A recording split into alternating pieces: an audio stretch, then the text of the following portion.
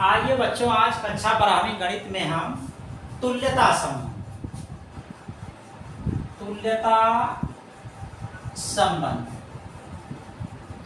संबंध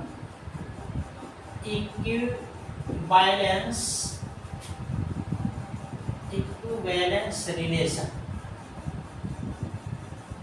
के बारे में अध्ययन करेंगे। तो बच्चों देखिए, तुल्यता संबंध जानने के पहले आप एक चीज की जानकारी पुनः प्राप्त कर लीजिए कि आपने कक्षा 11 में पढ़ा था संबंध क्या होता था। देखिए बच्चों, कक्षा 11वीं में आपने कोई सेट ए और कोई सेट बी लेते थे। जब इनका क्रॉस प्रोडक्ट कार्तीय गुणनफल करते थे तो ए क्रॉस बी का एक हमको क्या मिलता था? सेट मिलता था। इनके अवयवों का एक क्रमित युग्म का क्या होता था? सेट मिलता था। तो यही जो क्रमित युग्मों का बच्चों सेट मिलता है ए क्रॉस बी का, इसी का सबसेट हमारा क्या होता था? रिलेशन आर होता था। लेकिन बच्चों यहाँ पर हम कोई सेट ए लेंगे और उसी सेट का जो सेट लेंगे उसी का आपस में क्रॉस प्रोडक्ट कर देंगे। तो इनका बच्चों जो सेट मिलेगा क्रमित युग्म का, यही हमारा सबसेट ए क्रॉस ए का जो सबसेट होगा वही हमारा क्या होगा? यहाँ पर रिलेशन। तो जो बच्चों यहाँ पर हम रिलेशन परिभाषित करेंगे किसी सेट ए पर परिभाषित करेंगे, तो जो भी रिलेशन यहाँ दिया जाएगा किसी सेट ए पर ही वो परिभाषित होगा। अब देखिए बच्चों, यहाँ हमको जो पढ़ना है तुल्यता संबंध, यानी कि किस संबंध को हम तुल्यता संबंध बोलेंगे। देखिए बच्चों, तुल्यता संबंध होने के लिए संबंध को स्वतुल्य रिफ्लेक्सिव सममित, जिसको बोलते हैं सिमेट्रिक, और संक्रामक, जिसको बोलते हैं ट्रांजिटिव। तो अब देखिए बच्चों, कोई संबंध हमारा तुल्यता संबंध हो जाएगा अगर वो संबंध स्वतुल्य हो, सममित हो और संक्रामक। अब देखिए बच्चों, अब आप इसके बारे में जानेंगे कि कोई संबंध कब स्वतुल्य होगा, कब सममित होगा, कब संक्रामक होगा। तो पहले हम ये चेक करेंगे कि रिलेशन जो दिया गया है वो स्वतुल्य, सममित और संक्रामक है कि नहीं। अगर वो स्वतुल्य, सममित और संक्रामक है तो वो संबंध हमारा क्या होगा? तुल्यता संबंध हो जाएगा। तो ये देखिए बच्चों, बारी बारी से यहाँ हम देखेंगे कि कब कोई संबंध स्वतुल्य होता है, कब सममित होता है, कब संक्रामक होता है। अगर ये तीनों बच्चों कोई रिलेशन स्वतुल्य, सममित और संक्रामक हो जाता है तभी हम उसको बोलेंगे ये तुल्यता संबंध। अगर इनमें से कोई भी एक नहीं होगा तो हमारा संबंध तुल्यता संबंध नहीं होगा। तो यहाँ देखिए, हम परिभाषा लिखते हैं तुल्यता संबंध का। समुच्चय ए पर परिभाषित, समुच्चय ए पर परिभाषित कोई संबंध R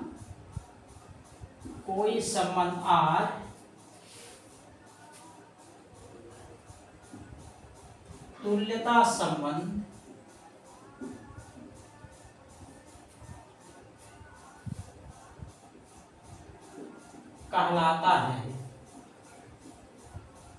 कहलाता है यदि संबंध R स्वतुल्य, सममित एवं संक्रामक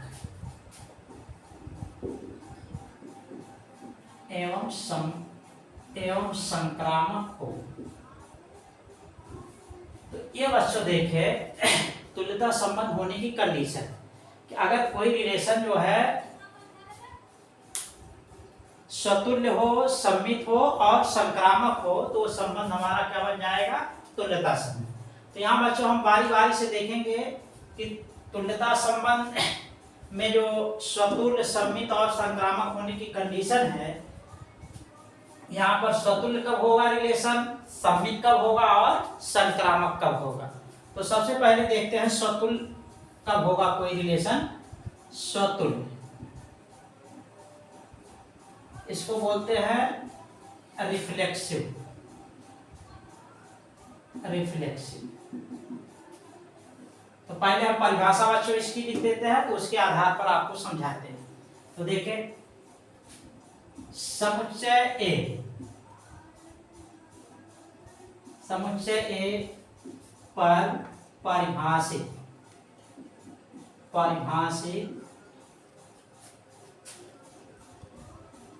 संबंध आर, कोई रिलेशन बच्चों किसी सेट ए पर ही परिभाषित होगा। यानी कि जब भी कोई रिलेशन की बात आएगी तो रिलेशन किस पर परिभाषित होता है, किसी सेट पर होता है। तो यहाँ हम जो सेट ले रहे हैं ए, तो समुच्चय ए पर परिभाषित संबंध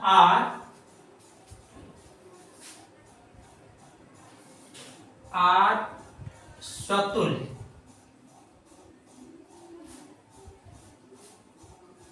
रिफ्लेक्सिव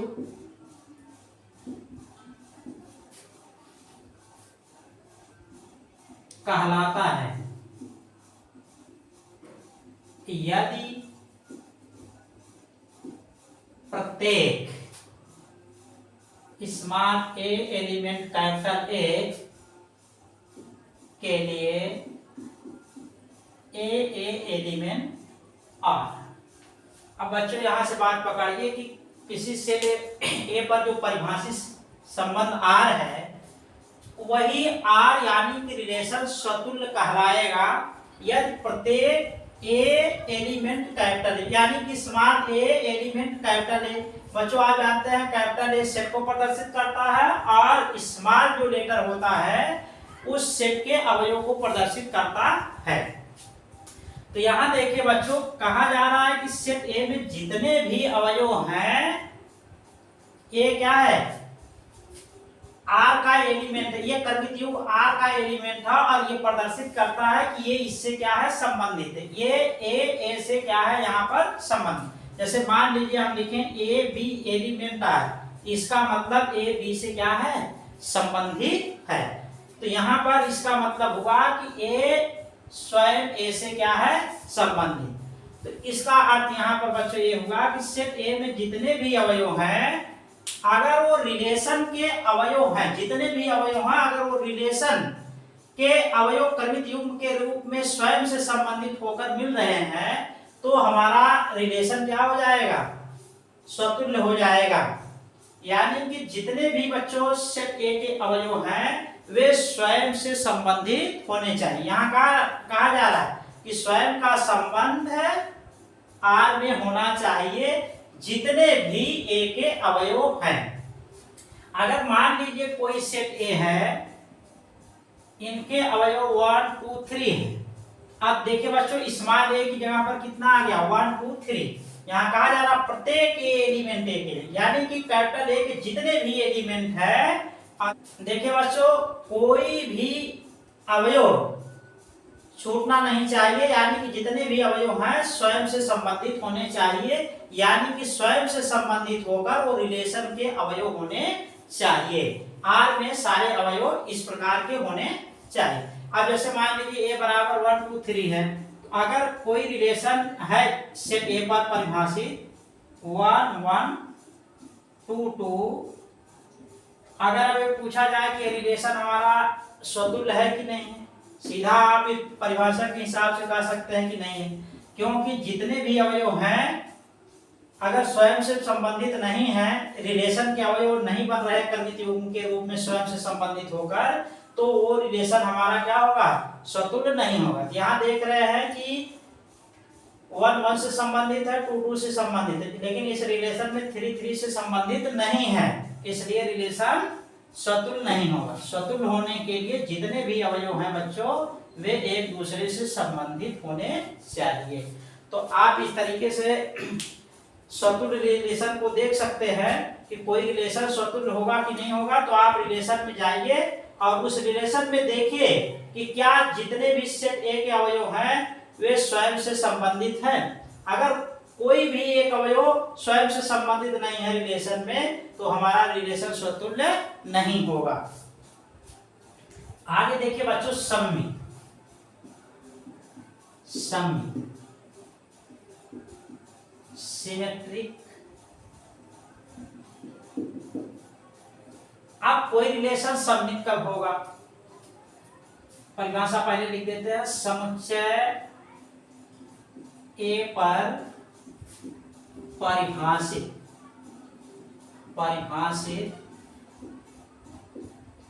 कोई संबंध आर, यानी कि सेट ए पर जो परिभाषित संबंध आर है, संबंध are summit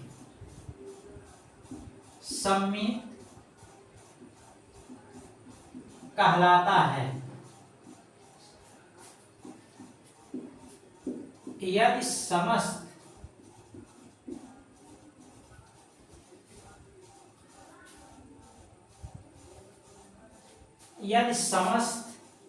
A1 A2 element capital A के लिए A1 A2 एलिमेंट आर से A2 A1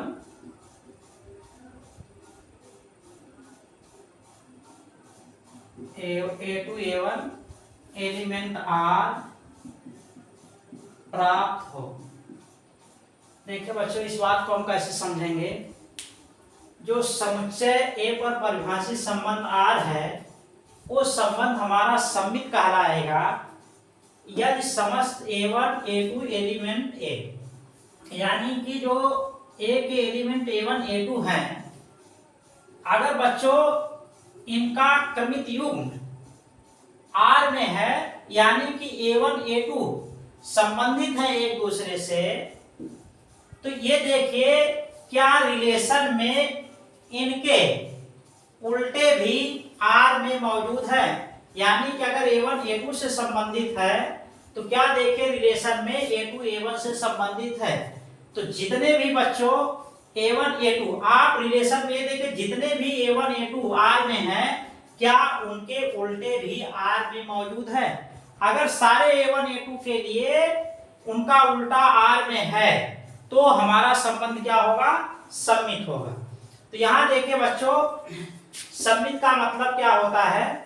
आपने पढ़ा होगा कि अगर दो वस्तुएं एक दूसरे के दर्पण प्रतिबिंब यानी कि मिरर इमेज होते हैं तो वे एक दूसरे के सम्मित कहलाते हैं। कब सम्मित कहलाएंगे? जब दो वस्तुएं एक दूसरे के दर्पण प्रतिबिंब हों, या मिरर इमेज कह सकते हैं कि एक दूसरे के मिरर इमेज हों, तो वे क्या हैं? एक दूसरे के सम्मित कहलाते हैं।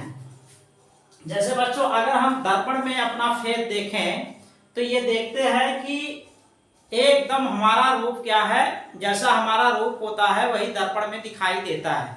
लेकिन देखते हैं कि दर्पण में बायां हाथ जो है दाहिनी तरफ दिखाई देता है और दाहिना हाथ जो है बाईं तरफ दिखाई देता है। तो यानी कि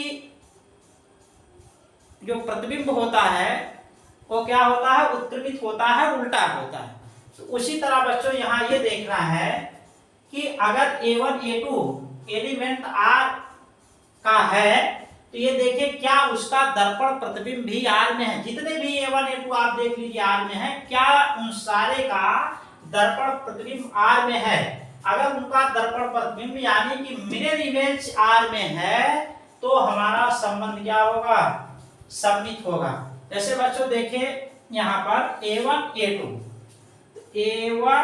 A2 एक दूसरे से संबंधित, इनका दर्पण प्रतिबिंब अगर हम देखें तो हमको क्या मिलेगा? A2 A1। तो ये देखिए इनका दर्पण प्रतिबिंब A2 A1 मिल रहा है। तो आपको यही देखना है जितने भी A1 A2 हैं R में, क्या उनके दर्पण प्रतिबिंब भी R में मौजूद हैं। अगर सारे A1 A2 का दर्पण प्रतिबिंब R में मौजूद है तो हमारा संबंध क्या होगा? सम्मित होगा। जैसे मान लीजिए बच्चों कि कोई सेट ए है, उसमें अवयव 1 2 3 4 है। अगर इसी पर परिभाषित कोई संबंध R 1 2 3 4 4 3 है, अब ये पूछा जाए कि क्या ये जो रिलेशन है सेट ए पर परिभाषित, क्या ये दर्पण प्रतिबिंब क्या ये सममित है? तो यहां देखिए हमने कहा है कि सेट ए पर परिभाषित जो संबंध R है, जितने भी A1 A2 है, अगर रिलेशन में सारे A1 A2 का दर्पण प्रतिबिंब मिल जाता है तो हम उस संबंध को सममित बोले। अब जैसे अगर इसको A1 A2 ले रहे हैं 1 2 को, तो 1 2 को A1 A2 ले रहे हैं, अगर इसका बच्चों दर्पण प्रतिबिंब हम देखें क्या मिलेगा 2 1। तो यहां देख रहे हैं कि इस रिलेशन में 2 1 नहीं है। किसी भी अगर एक कर्मित युग्म का दर्पण प्रतिबिंब नहीं मिल रहा है तो हमारा सममित नहीं होगा। जितने भी A1 A2 हैं, जब तक सारे का दर्पण प्रतिबिंब नहीं मिल जाएगा तब तक वो हमारा संबंध क्या सममित नहीं होगा। यहाँ देखिए अगर 3 4 को A1 A2 मानते हैं तो 3 4 का अगर दर्पण प्रतिबिंब निकालें तो कितना आएगा 4 3। यहाँ देखिए 4 3 मिल रहा है दर्पण प्रतिबिंब इसका। तो रिलेशन में देखें क्या 3 4 का जो दर्पण प्रतिबिंब 4 3 मिल रहा है, क्या रिलेशन में है? तो देख रहे हैं रिलेशन में 4 3 है, लेकिन यहाँ देख रहे थे कि 1 2 का जो दर्पण प्रतिबिंब 2 1 होना चाहिए वो नहीं है, इसलिए ये रिलेशन हमारा दर्पण प्रतिबिंब नहीं हो। जितने भी बच्चों A1 A2 है सभी का दर्पण प्रतिबिंब होना चाहिए। अगर बच्चों A1 A2 इसको मानते हैं तो इसका दर्पण प्रतिबिंब निकालेंगे तो कितना हो जाएगा 4 3 का दर्पण प्रतिबिंब होगा हमारा 3 4। तो ये देखें 3 4 मौजूद। अब एक चीज यहाँ बच्चों ये समझना है कि अगर किसी का दर्पण प्रतिबिंब मिल गया है तो दर्पण प्रतिबिंब मिलने के बाद जो जिसका दर्पण प्रतिबिंब मिलता है पुनः उसका दर्पण प्रतिबिंब निकालने की जरूरत नहीं, क्योंकि आप जिसका दर्पण प्रतिबिंब निकाल रहे हैं जो मिलता है, जिसका निकाले हैं अगर उसका दर्पण प्रतिबिंब निकालेंगे तो जिसका आप निकाले हैं वही उसका दर्पण प्रतिबिंब मिल जाएगा। तो उसका दर्पण प्रतिबिंब देखने की जरूरत नहीं है। अगर वो इमेज के रूप में आया है, दर्पण प्रतिबिंब के रूप में अगर कोई कर्मित युग्म आया है तो पुनः उसका दर्पण प्रतिबिंब निकालने की जरूरत नहीं है उसका उल्टा। तो इस प्रकार बच्चों आप ये देखेंगे कि जितने A1 A2 हैं आप ये देख लीजिए क्या सारे के दर्पण प्रतिबिंब प्राप्त हो रहे हैं R में, अगर है तो सममित होगा। अगर किसी भी एक युग्म के लिए दर्पण प्रतिबिंब नहीं प्राप्त हो रहा है तो हमारा रिलेशन सममित नहीं होगा। चलिए एक उदाहरण इस पे और हम लेते हैं। मान लेते हैं कोई सेट A है 1 2 3 इसका अवयव है। अगर इस पर रिलेशन दिया है 2 3 3 2 4 1 1 4। अब ये देखें क्या ये रिलेशन जो है सममित है। तो अगर इसको A1 A2 मानते हैं तो इसका दर्पण प्रतिबिंब क्या मिलेगा, यही मिलेगा, मिल गया। अब देखिए बच्चों अब इसको A1 A2 मानने की जरूरत नहीं है क्योंकि किसी का दर्पण प्रतिबिंब है। जब इसका दर्पण प्रतिबिंब आप निकालेंगे तो ये खुद मिल जाएगा। आप देखिए अगर हम दर्पण को ऐसे उल्टा करके लगा दें तो इसका प्रतिबिंब ये खुद मिल जाएगा। अब इसके बाद देखिए अगर इसका दर्पण प्रतिबिंब यहाँ निकालते हैं तो 4 1 का क्या मिल जाएगा 1 4 मिल जाएगा, और फिर जब इसका निकालेंगे तो ये मिल जाएगा। तो यानी कि जितने भी A1 A2 हैं तो सारे का दर्पण प्रतिबिंब हमको प्राप्त हो रहा है, इसलिए ये रिलेशन हमारा क्या होगा सममित होगा। और बच्चों ये कोई जरूरी नहीं है कि रिलेशन में जो दर्पण प्रतिबिंब प्राप्त हो रहे हैं वे पास पास ही क्रमित युग्म हो। जैसे मान लीजिए 1 4 2 3 और 3 2 4 1 ऐसे दिया है। तो आप जानते हैं बच्चों ये क्या है रिलेशन सेट के रूप में है। सेट में कहीं भी उनके अवयव लिखे जा सकते हैं। तो इनके क्रम से कोई मतलब नहीं होता, कहीं भी लिखा होगा तो आप जैसे 1 4 का देखेंगे तो 4 1 आएगा, तो इसमें है। 2 3 का देखेंगे 3 2 है, इसलिए हमारा ये रिलेशन क्या होगा, सबमिट होगा। तो आप बारी बारी से जो A1 A2 है क्रमिक युग्म के रूप में रिलेशन में, उनका दर्पण प्रतिबिंब आप देख लीजिए। अगर सारे का दर्पण प्रतिबिंब प्राप्त हो जा रहा है तो हमारा रिलेशन क्या होगा, सबमिट होगा। अगला देखिए बच्चों, संक्रामक ट्रांजिटिव। अब देखिए बच्चों, ट्रांजिटिव कब होगा कोई रिलेशन, समुच्चय ए पर परिभाषित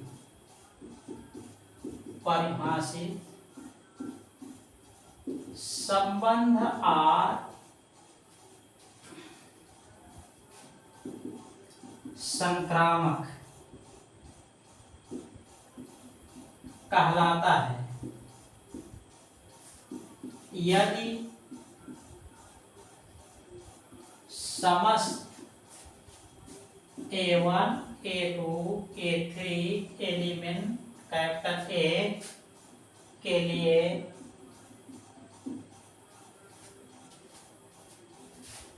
A1 A2 एलिमेंट R और A2 A3 एलिमेंट R से A1 A3 एलिमेंट R प्राप्त हो। अब देखिए बच्चों, कोई रिलेशन संक्रामक हम कब बोलेंगे, समुच्चय ए पर परिभाषित संबंध जो R दिया गया है वो कह रहे हैं संक्रामक कहलाएगा। यह समस्त A1 A2 A3 एलिमेंट है, यानी कि कैपिटल A के 3 एलिमेंट A1 A2 A3 से देखे R में, इन्हीं से A1 A2 A3 से R के जो अवयव क्रमिक युग्म के रूप में मिल रहे हैं, यानी कि इन अवयवों से देखें कि A1 A2 से संबंधित हो और जो A2 है किससे संबंधित हो, A3 से। तो आपको इस बात का ध्यान देना है कि इसमें होता क्या है कि अगर पहला दूसरे से संबंधित है और दूसरा तीसरे से संबंधित, तो आपको ये देखना है कि रिलेशन में अगर A1 A2 से संबंधित है और A2 A3 से संबंधित है, तब उस समय आपको देखना है कि क्या रिलेशन में A1 A3 मौजूद है, या कह सकते हैं कि क्या उस समय जब A1 A2 से संबंधित हो, A2 A3 से संबंधित हो, क्या A1 A3 से संबंधित है। आप रिलेशन में आप हमेशा यही ढूंढेंगे कि A1 A2 A2 A3 के अगर दो क्रमिक युग्म हैं, इस तरीके के दो क्रमिक युग्म हैं, तो क्या इनके मौजूद होने पर A1 A3 भी R में है। अगर ऐसा होने पर, यानी कि A1 A2 एलिमेंट R और A2 A3 एलिमेंट R होने पर क्या A1 A3 भी एलिमेंट R है। अगर ऐसा होता है तो हमारा क्या होगा, जो संबंध होगा वो संक्रामक होगा। जितने, अब यहाँ इस बात का ध्यान देना है कि जितने भी A1 A2 और A2 A3 एलिमेंट R है रिलेशन में, उन सारे के लिए A1 A3 एलिमेंट R प्राप्त होने चाहिए। अगर सारे के लिए ऐसे, सारे क्रमिक युग्मों के लिए ऐसा होता है, तब हमारा रिलेशन क्या होगा, संक्रामक होगा, अन्यथा नहीं होगा। आप उसमें रिलेशन में देखिए, जितने भी इस प्रकार के क्रमिक युग्म हैं, क्या उनके लिए ऐसा मिल रहा है। और जो बच्चों इस टाइप के होंगे उन्हीं के लिए हमको देखना है, और के लिए नहीं देखना है। तो जितने भी इस टाइप के हैं ये देख लीजिए, ऐसे क्रमिक युग्मों के लिए क्या ये भी युग्म R में मौजूद है। अगर है तो हमारा रिलेशन संक्रामक होगा, अन्यथा नहीं होगा। यानी कि A1 A2 से संबंधित हो, A2 A3 से संबंधित हो, तो A1 A3 से संबंधित होना चाहिए संक्रामक होने के लिए। अगर ऐसा नहीं होता है तो रिलेशन हमारा संक्रामक नहीं होगा। जैसे मान लीजिए हमारे पास एक सेट ए है, उसके अवयव 1 2 3 और इसी पर परिभाषित कोई संबंध R है 1 2 2 3। अब बच्चों अब ये पूछा जाए क्या ये रिलेशन संक्रामक है, तो यहां से देखिए बच्चों परिभाषा के हिसाब से कह रहे हैं कि अगर A1 A2 एलिमेंट R है और A2 A3 एलिमेंट R है, यानी कि पहला दूसरे संबंधित और दूसरा तीसरे से संबंधित है, तो संक्रामक होने के लिए A1 A3 भी संबंधित होना चाहिए। तो यहां देख रहे हैं बच्चों अगर ये A1 है ये A2, तो यहां देखिए A2 क्या हो गया A3 हो गया, ये A2 हो गया A3।